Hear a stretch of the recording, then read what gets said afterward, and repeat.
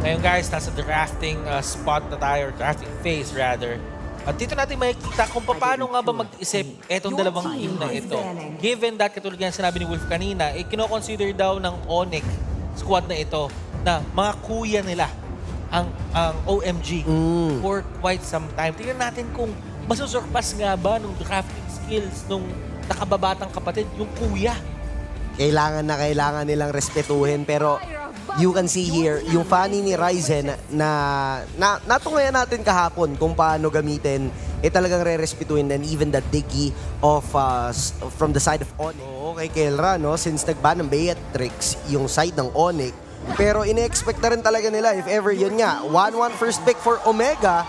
Nahawa ka ni Kelra. Malamang may sagot na yung Onyx dyan. Wolf, Santi, is this a bait? Kasi ang dami pang possible picks. And ngayon, inipit ng side ng Onyx kasi ang tinanggal nila, Beatrix. Right now, there is a fun fact here, a trivia. Chef Rapidot is the #1 in Season 10's assists. 139 assists na siya in just 2 weeks. Ay, Crazy rapid crazy boots. rapid boots. Sinecure na nila yung hero ni Nets, pero with this Julian, ano kaya ang isa pa nilang idadagdag? Kailangan din nila dito ng makunat pa na kasama. Tingin ko, hero for Chaknu. Yung mapakito nga. Pakito. Standard pick. May iba-iba ng voice line si Esmeralda recently. Ngayon, Santi, I would like to ask, 1-1 versus yung Claude. On a 1v1 setting, ano yung tingin mo sa matchup na ito? For 1v1 kasi sa mastery din magkakatalo eh. When it comes to Kelra in the usage of the 1-1, kung makuha niya talaga yung mga weakness, yung points na pwede niyang tamaan dito kay Nets, pwede siyang maging advantage. Oh, Lolita instead. Okay. Your team is Full picking. control. at night. Instead. Sicilian, oo. Pero medyo lugi siya if ever for the laning. Pagdating doon sa mobility naman na meron ng isang Julian Oo. Pero late game wise, ang ganda ng pick ng Onyx na to. For late game talaga, insurance na nila to when it comes to the magic damage. Tapos meron pa silang Claude. Game number 1, ladies and gentlemen. Nag-iingay na ang ating crowd. Andito na nga ang ating mga players sa Celestial Palace. We can see here Sensui actually securing the purple buff. Same goes with Ryzen. Ang gagamitin niya dito would be the Pakito on the jungle. While Renjo naman magiging katapat as a counter dito. Ito yung sagot nila kay Der with the Esmeralda. Pero we can see here actually Chaknu, aalagaan niya na kagad si Kelra dun sa Gold Lane. Binibisita, sumisilip siya, and hindi niya talaga papabayaan sa bandang umpisa. Into the gold lane, nagkaroon ng konting opening yung Onyx Philippines. Sabi nila, okay, nag-move dito sa may bottom lane. Yung mga members ng Omega, pwede natin i-punish ng mabilisang pag-turtle. Ginamit nila lahat ng mga pwede nilang i-expend dun sa may turtle fight. And Omega dito, sila yung naghahabol, sila yung minamadali tong laban. Kasi alam nila na pag hindi sila gumawa ng mga risk katulad dito sa bandang early game, talaga mahihirapan sila. Ryzen na pasobra ata, may ipit siya dito with a heavy spin. Nakuha na nga ang unang patak ng dugo mula dito kay Sensui. Looking healthy doon sa may baba. At nahuli nila dito mga kaibigan, ng side ng OMG. Hindi naramdaman. Si Super Prince, kaso hindi naramdaman. Naparusahan pa nila Super Prince doon mismo si Tomax. Careful ang Onyx. Ayaw nila masyado lumaban. But as you can see, meron engagement. Dalawa ang nahuli doon sa kanto ng kanyang Numenon Blast. Si Sensui dito ay tatauhan na ni Ryzen. Hindi rin bibitaw si Reggie with a flicker in, and that is a double kill para kay Ryzen. And this opens up for a free turtle habang hindi na nga papasok o lalapit pa yung mga miyembro ng Onyx. There, another set. Mahuhuli dito yung isa. Hindi in-expect ni Nets na siya ang papasukin ng Barangay Omega. Wow! Nagpapakilala si Chaknu kay Rapidot. Maganda yung mga engagements mo. Teka lang, ako muna. ano yun, bata, alamat na ako. Bata, kakapasok mo pa lang, alamat na ako. Yun ang sabi dito ni Chakno. So far, 4 rotations, 4 assists. And another death brush coming in from the side of OMG. Wolf, what's happening? Wala bang pang face check dito yung side ng Onyx? Engagements. Bigla na lang sobrang taas ng ekonomiya ng Omega because of their power spike.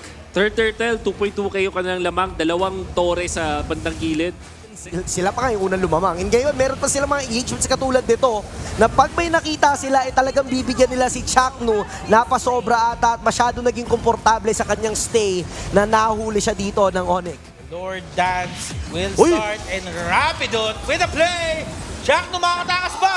Ooh, Chakno with the escape. Napakaganda na nung sipa at setup dito na ginawa ni Chef Rapidot. Pero nagawan pa rin ng paraan ni Chakno. Ngayon, ipupul lang nila yung Lord. Magkiklear sila sa mid lane and Onyx pa rin ang magli-lead ng Lord Dance. Medyo papasok. Andito na nga ata yung sipa naman ni Chef Rapidot. Tapos may heavy spin pa. Pero ngayon yung Lord, sino kaya makakakuha? And that is a Lord Secure coming in from Oh, Sensui. Si Nets dito, napakasakit na. Papasok siya. Wala ng Wind of Nature pero may BMI out. Andito rin naman yung Wind of Nature ni Keller na gagamitin niya upang makasurvive mula doon sa team fight. Eto Uy, Max, nahatak. tumatangka pa dito makatakas pero hindi dash. siya bibitawan ng Onyx. Si Sensui nakabang and that is a kill. Palit dito sa 4 na miyembro. Wala na isang trade na nahuli. Ang Barangay Omega. Yung Uy. Lord na secure pa ng Onyx. Ito. Wala daw muna Basta mag-iingay. nakikita lang nila si Derek, si Rapidot, at si Sensui. At nagtago-taguan na Tago-taguan. ang mga members ng OMG. Tago-taguan. At maliwanag ang wad. Oo. Wala Wala gusto magpakita And Kelra being so aggressive, katulad nga sinabi ni Wolf, ay gumamit na ng heavy spin. Uy, may heavy spin para itulang palayo ang mga miyembro at Tonic na nga makakasecure ng Lord. Pagkatapos pagkuha ng Lord, Matic Mamba out na. Hindi na natin kailangan i-commit pa. And Onyx actually getting that Lord. Omega. Malipad ata. Si Keller nakuha yung paglipad. Rapido dito. Mapipili na gumamit ang kanyang immortality. Pero meron Si din namang Nets. Winter Crunch yun. Gamitin pa Super Fritz. So buhay pa rin siya. Nets dito. Meron pa Blazing Duet. Pero Mamba out na. Nung nakita niya na meron dito play na gagawin ng Omega. Ngayon si Der makakapag-sustain. Pero buhay pa rin ang Onyx. Kelra sobrang likot sa mapa na hindi siya basta-basta nauhuli. Lord, konti lang ang buhay si Ryzen tsaka si Sensui. Nagtatapat na, walang makakagat. Rapidot with a conceal play. Sino kaya ang sisipa? Nahabulin sa pabibad ng backline. Eto Max at ang mapapwestuhan pero yung sipa niya ay hindi pabalik, kundi palayo. Pero aabutan na nga siya, napasobra si Chef Rapidot. At mukhang masusunog na ang kanyang niluluto. Pero nandito pa rin naman ang kanyang mga teammates na pwede at handang lumaban. Kelra. Der versus Kelra. Mukhang makakalipad siya pero mapipigilan na About natin. confidence, ladies and gentlemen. Kelra, super confident play. Niyayakap yung Esmeralda. Wow! Dinidikitan yung hero na mahilig dumikit. This is the most aggressive 1-1 that we can ever see. And this is despite the fact na wala siyang kasamang Lolita nung time na yon. Hindi mo kailangan ng protekta. Kelra knows how to play this hero. Ngayon, unti-unti nagka-crumble yung ginawa ng Onyx doon sa play na yon. And Omega na nga nakaka-regain ng kalamangan. Si Nets makakaramdam dito mula sa damage ng Barangay Omega. May Lord pa, nakalahati ang buhay. Babasag ata ng middle lane turret. Ang Omega, pero may Numinal Blast. Walang tatamaan isa, pero mukhang si Der lang ata doon sa kanto na naman. Sobrang importante. Nako, si Super Prince, isi-save dito ng heavy spin. Nahuli man siya ng Numinal Blast, pero alam naman nila kung paano gagamitin. Chakno na pasobra. Aabutan yung isa si Rencho, may flicker out pa. Makakatakas nga ba? Kaso nga lang dito yung mga miyembro ng Onyx. Walang Sabi nila, habulin natin to. Meron siya mahapakan na Cyclone. Enough na ba to para makatakas? Pero sabi ni Der, hindi. Ako na nga habol sa'yo. Dalawa ang makukuha ng Onyx. Full glass cannon build para kay Super Prince. Pag nataya to, wala tong boots. Yung glass cannon. Uy! Merong papasabog Oh! doon sa may likod. And the Max goes down. Isushow away nila yung mga miyembro habang si Kelray makakalipad. Kaso alam may Winter Crunch play na gagawin din dito si Sensui upang makaligtas. Pero dahil doon sa kanilang ginawa, talagang makakakuha pa sila ng isa. And this is an advantage for Onyx. For spams. Lord Dance ulit, mga kaibigan. And it is a Lord Dance. And Uy! look Uy! at where Ryzen is. Huli na si Chakno. Pero Chakno, may flicker. Meron pa siya Numinal At si Blast. Nets! Nets! Nets! Nets! Nets is still alive! Nandun si Kaso Ryzen! nakabang Si Ryzen nag-detour sa may padalikuran.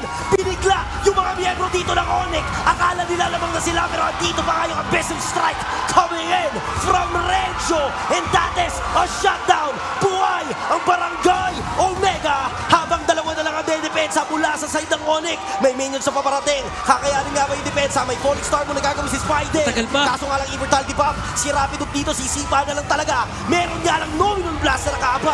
And this is it. Barangay Omega ang unang makakakuha.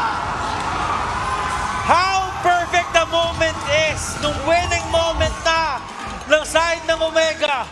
May sumisigaw sa likod. Tapusin